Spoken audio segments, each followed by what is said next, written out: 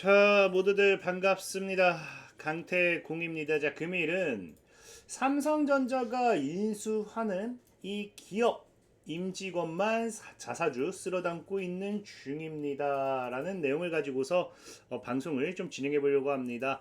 자, 방송 전 늘 말씀드리는 여러분들의 좋아요, 구독하기, 댓글까지는 너무나 많은 힘이 된다라고 말씀드리면서 자, 오늘 방송 시작해 보도록 하겠습니다.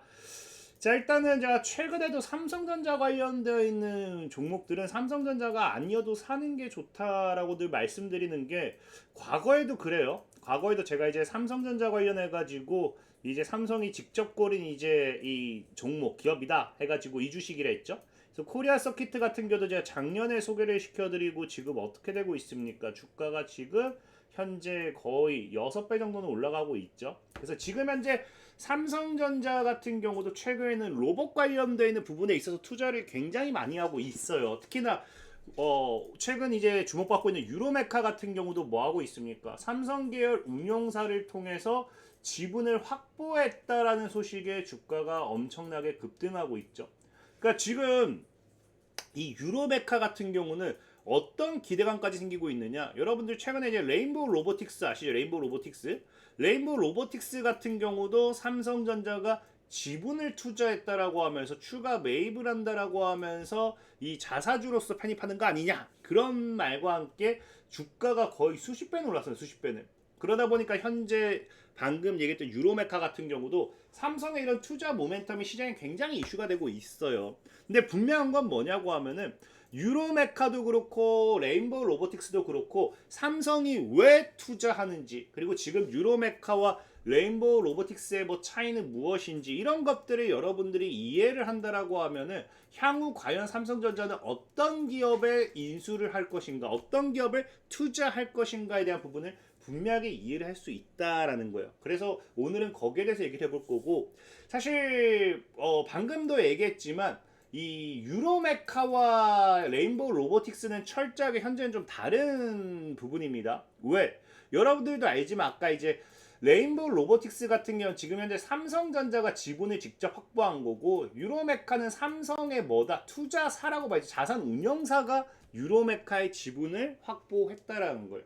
그래서 분명한 거는 직접이냐 간접이냐의 차이이기도 하고 물론 이게 무조건적으로 나쁘다라고 이야기할 수는 없습니다. 보통 이제 삼성전자의 과거 이제 투자 전략이라고 하겠죠. 이 투자 전략을 본다라고 하면은 보통 삼성이 이제 자산운용사를 통해서 투자하는 경우가 더 많아요. 왜? 리스크를 해지하기 위해서.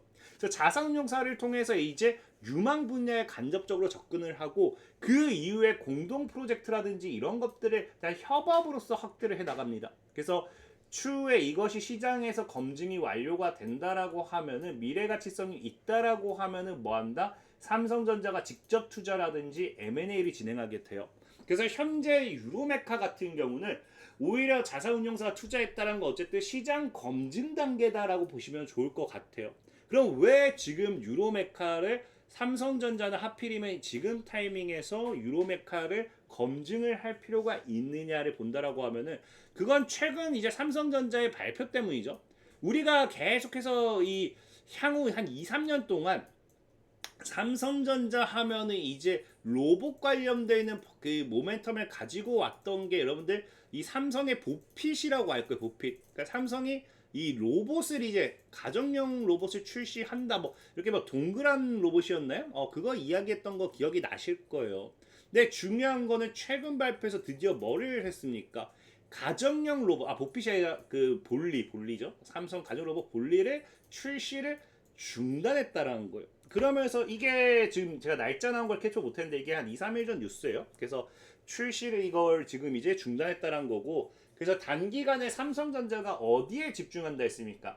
산업용 휴머노이드에 집중을 하겠다라는 보도자료가 나왔죠. 그래서 소비자용보다는 지금은 먼저 산업 현장에서 먼저 이거를 집중 개발을 하고 그 이후에 소비자용으로 돌아서겠다라는 건데 중요한 게 지금 이 유로메카 같은 경우는 이 타이밍에 보면 알겠지만 최근에 공개한 게 뭐예요?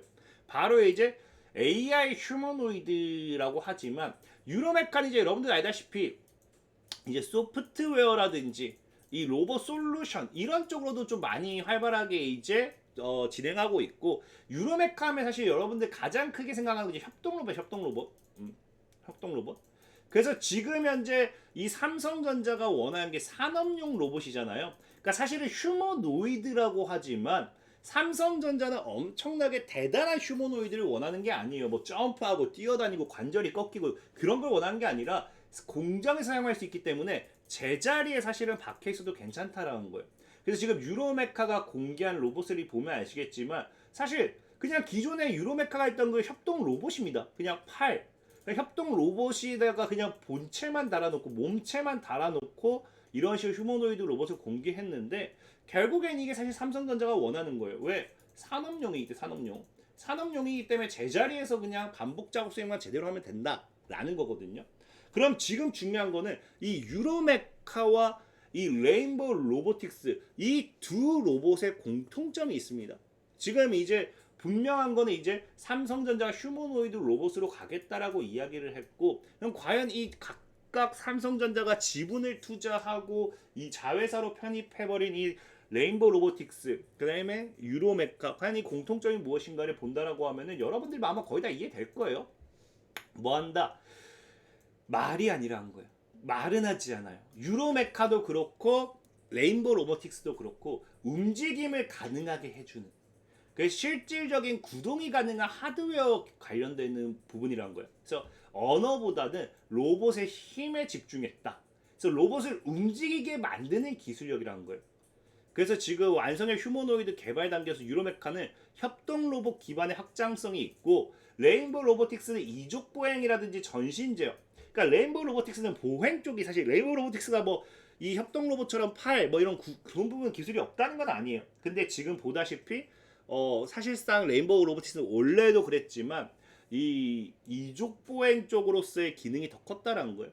그럼 여러분들이 봤을 때 유로메카와 레인보우 로보틱스의 이런 움직임을 가능하게 해주는 기술을 합치게 된다라고 하면은 유로메카의 아니죠 레인보우 로보틱스의 이족 보행이 밑에 받쳐지고요, 기술이.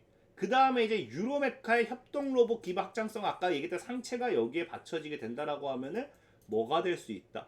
휴머노이드가 될 수도 있다라는 거예요. 그래서 삼성전자는 어찌 보면은 유로메카와 레인보우 로보틱스를 합쳐가지고 이 기술을 활용해서 하나의 완전체, 본체를 만들고자 하는 걸 수도 있다라는 걸 여러분들이 이해를 하셔야 되는 거고, 그럼 여기서 가장 중요한 게 딱 빠진 게 하나가 있어요. 뭐다? 바로 뇌의 기능을 해주는 부분이죠. 뇌. AI에 대한 부분. 그러니까 뇌의 기능을 해주는 기업이 빠져 있다는 거예요. 사실 이거는 여러분들이 빠져도 괜찮다라고 생각할 수도 있어요. 왜? 지금 당장 삼성전자가 AI에 관련되어 있는 부분이 아니라 구동기, 이런 이 협동 로봇, 이런 움직임 쪽으로서의 이런 부분에 이제 투자를 한 가장 근본적인 이유도, 원래 삼성의 본업이 뭡니까? AI입니다. AI 반도체, NPU라든지 이런 걸 통해서 하드웨어 지능을 이미 삼성전자는 구현할 수 있다라는 거예요. 그래서 온디바이스 AI 기술이라든지 이런 것들을 통해서 삼성전자는 이미 AI 지능에 대한 포트폴리오를 확보하고 있는 상황이에요. 그래서 지능 관련 기술을 가지고 있기 때문에 사실상의 로봇 기술에 있어서 가장 부족했던 기술이 뭐다? 힘을 쓰는. 그러니까 이 몸, 이 물리력을 가할 수 있는, 이 현실 세계의 물리력을 가할 수 있는 이 기술력에 대한 부분에 지금까지는 투자를 했다라고 보시면 좋아요. 근데 문제는 뭐냐고 하면은, 자, 이제 그러면 삼성전자 입장에서 뭐 해야 되냐고 하면은 이 지능을 이미 삼성이 만들 수 있는 AI 지능을 휴머노이드 로봇 본체에다가 결합을 해야 돼요. 근데 그냥 결합을 할 수는 없습니다. 왜? 가장 큰 문제가 이거예요. 삼성전자가 지능을 가지고 있다라고 하지만 분명히 이 지능의 기술력이 있어요. 하지만 이거는 로봇과는 별개란 거예요. 여기서도 보이지만 삼성이 할 수 있는 거는 온디바이스 AI 뭐 이런 기능들이 다 어디에 쓰는 거예요? 보다시피 로봇의 문제가 아니에요. 지금까지의 삼성전자의 디지털 AI 기술들은 스마트폰이라든지 TV라든지 반도체 서버 아니면 뭐 이런 데이터 처리 관련되어 있는, 그러니까 어떤 거를 계산하는 부분, 계산하는 기술이란 거예요. 그러니까 지금 삼성전자는 이 물리적 로봇의 지능의 영역이 필요한 역동적인 물리법칙 세계 인식해야 되고 그걸 판단해야 되고 행동하고 수정하고 이런 부분에 있어서 지능은 사실 기술력이 떨어질 수밖에 없습니다. 현재 이 지능을 삼성전자 로봇에 이제 결합한다고 해봐야 이거를 로봇이 그대로 실시간으로 구동하기는 어렵다는 거예요. 왜? 우리에게 중요한 건 실시간 이제 스스로가 판단하고 이해해야 되는 부분이기 때문에.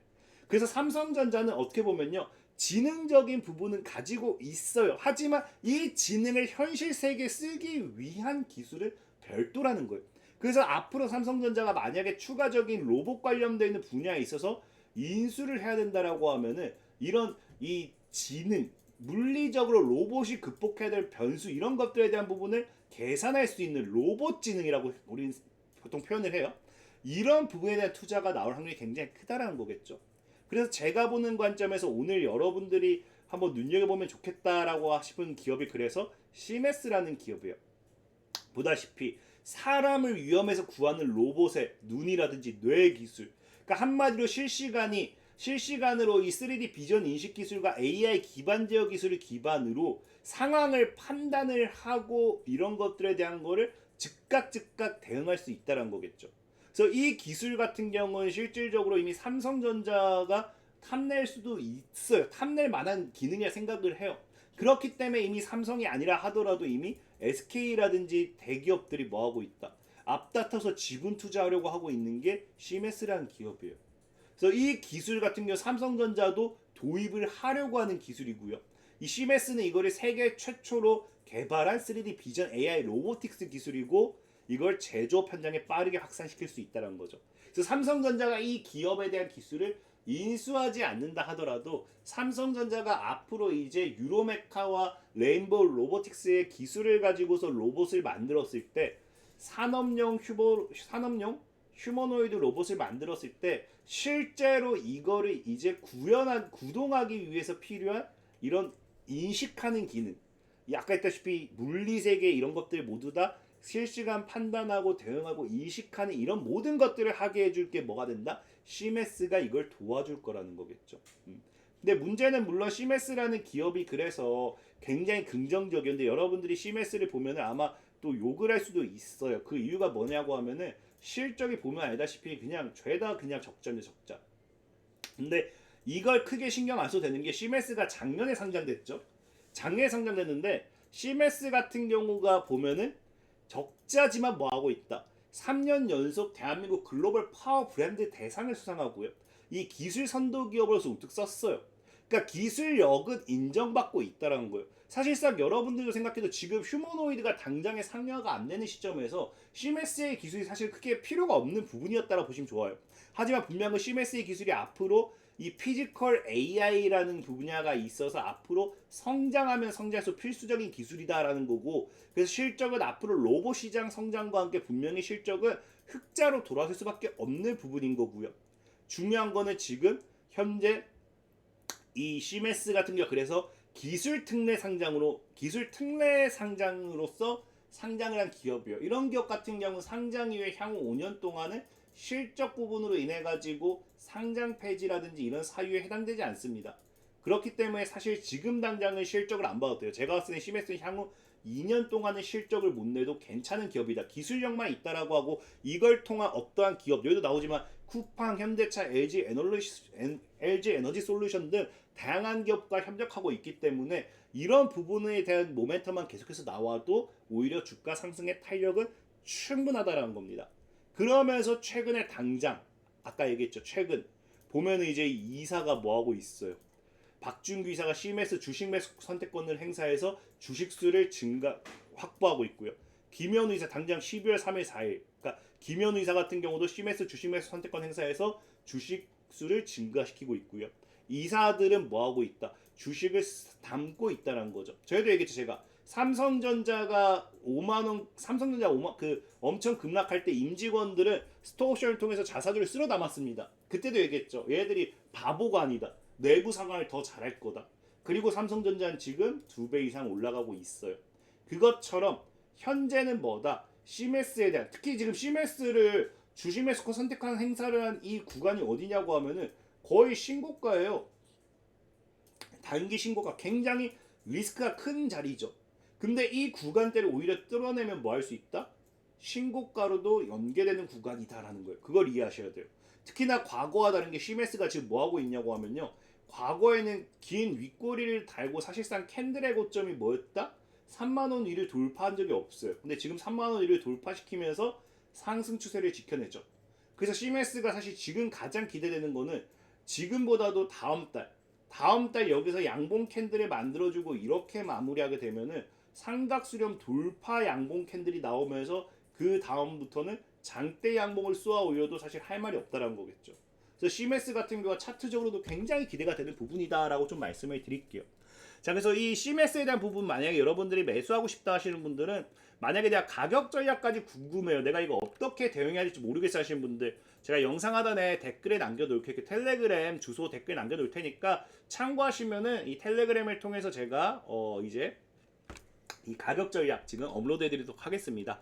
자, 그럼 지금까지 강태공 전문가였고요. 여러분들의 좋아요, 구독하기, 댓글까지 너무나 많은 힘이 된다 말씀드리면서 자 모두들 안녕.